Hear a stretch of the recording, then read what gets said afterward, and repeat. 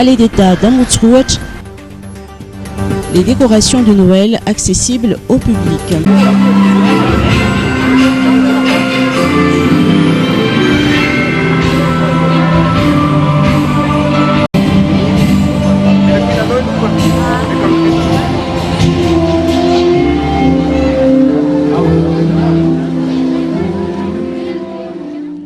Le public pourra apprécier les animations et décorations lumineuses qui ornent la cour du Palais d'État d'Amoutsrouach.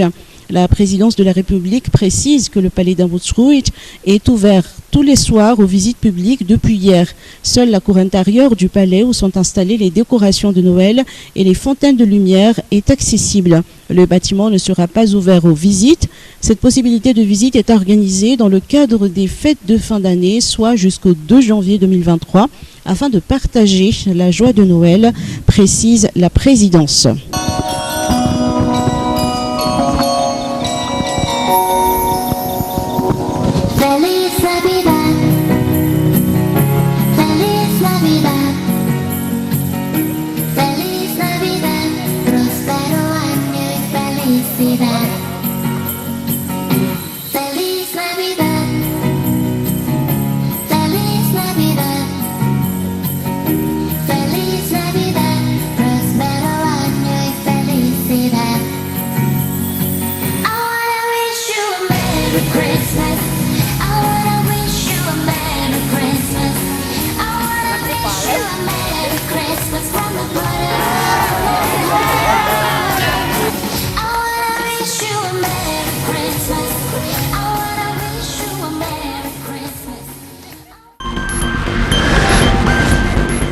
Manœuvre de déstabilisation, le MDN met en garde.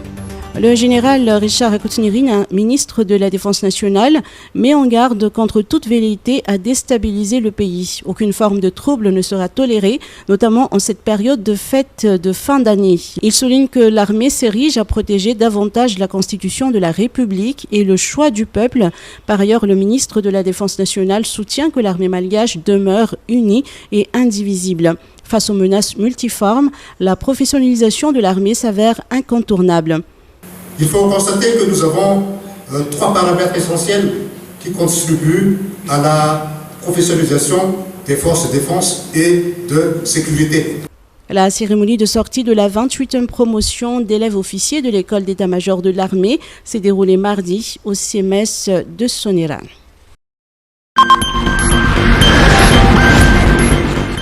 Benjamin Rakoutomandim, nouveau procureur général près de la Cour suprême. Benjamin Alexis Rakoutomandim a été investi officiellement dans ses fonctions de procureur général près de la Cour suprême. La cérémonie de prestation de serment suivie de sa prise de fonction a eu lieu hier à Anoussi en présence du président de la République André Duelna, également président du Conseil supérieur de la magistrature. Le nouveau procureur général a surtout exhorté les magistrats à respecter la loi et la hiérarchie au sein de la justice. Notons que la Cour suprême, qui est la plus haute instance juridictionnelle de la République de Madagascar, est dirigée par le premier président et le procureur général, à la fois procureur général près la Haute Cour de justice. Le procureur général est membre d'office du Conseil supérieur de la magistrature.